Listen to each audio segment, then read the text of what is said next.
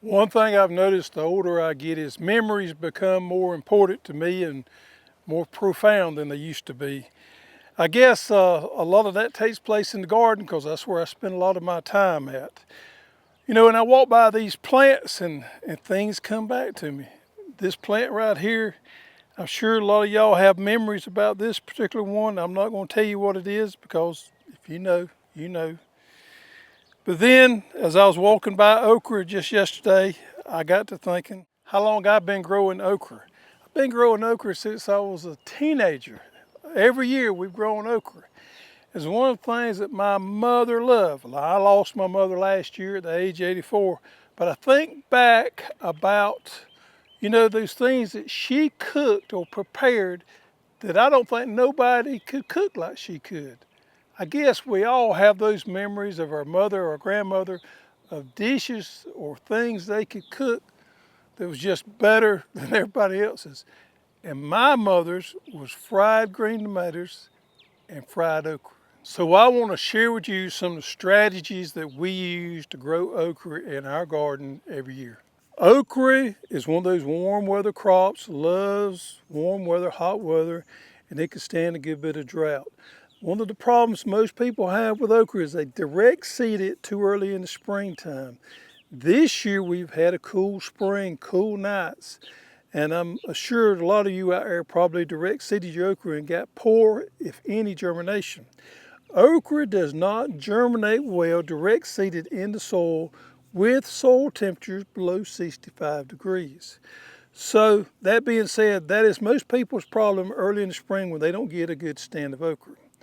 So what I do on my first planting of okra, I always plant it in the greenhouse and I grow it out in our 162 trays and I transplant it because I can control that soil temperature with my heat mat in the greenhouse and I get nearly 100% germination. So I'll start it in the greenhouse sometimes in March. Now we're in zone 8 here. It takes me about 4 weeks to grow this plant out to be ready to transplant into the garden. Then I'll come out here and I will transplant it out there.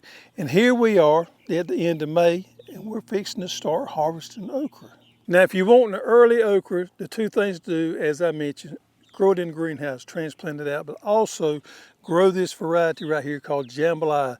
This Jambalaya variety is a hybrid variety and it's known for two things.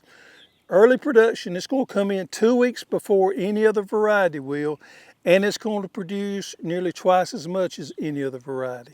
Now one of the problems or the pests that we face here in the South on okra is root knot nematodes, and that's going to shorten the length of the life of the plant. So what I've been doing for the last few years is planting me different plantings following up.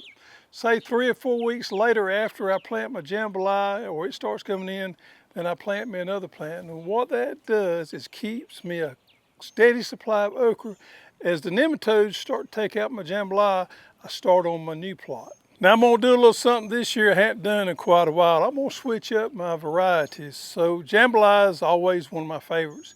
But I had some visitors the other day from Florida, and he got to talking about Star of David okra, and it brought back some memories to me. I hadn't planted that one in a long time, and it's a great variety. So I said, you know what? I'm going to plant Star of David okra for my second planting. Now, Star of David okra is one of those varieties that's best for frying.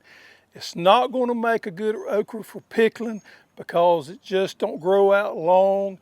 It's short and fat, and it's really better for frying. It's got a lot of meat to it, as you see in the pictures right there.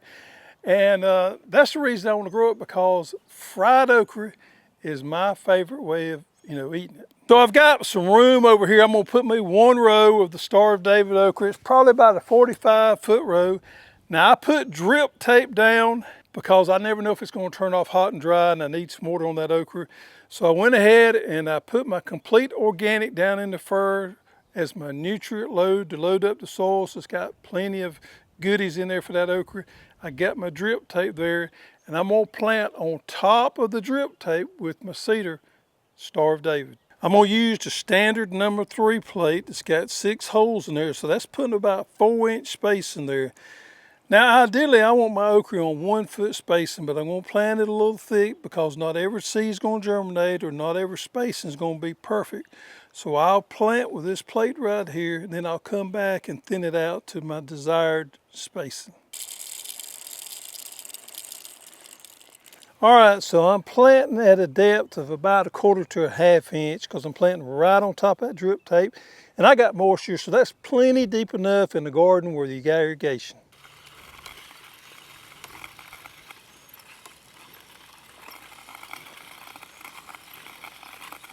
So we got through planting, it's starting to rain, which would be perfect. I don't have to run that irrigation. So my mother loved okra, as I said. This is some of the memories I have. Every spring, she would always tell me how many rows of okra she wanted. She would harvest it, but she would want me to grow it for her. So she would tell me 2 or 3 rows, and I would grow them for her. And she lives about 3 miles from my house, and I would get up at daylight. And I would look up there, and there would be my mother up there at the garden. And she would have those long dishwashing gloves on. You know what I'm talking about, because it kind of broke her up a little bit.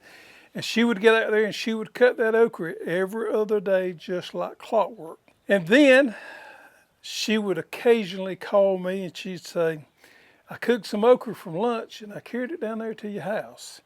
Now you need to go on down there and eat it while it's hot. I'd say, yes, ma'am.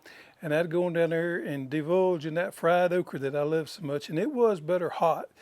But she knew I loved fried okra. Now my brother, he loved boiled okra, so she fixed it for him a little bit different. But you know, those memories are something that I'll always have. Her loving okra, me planting it for her.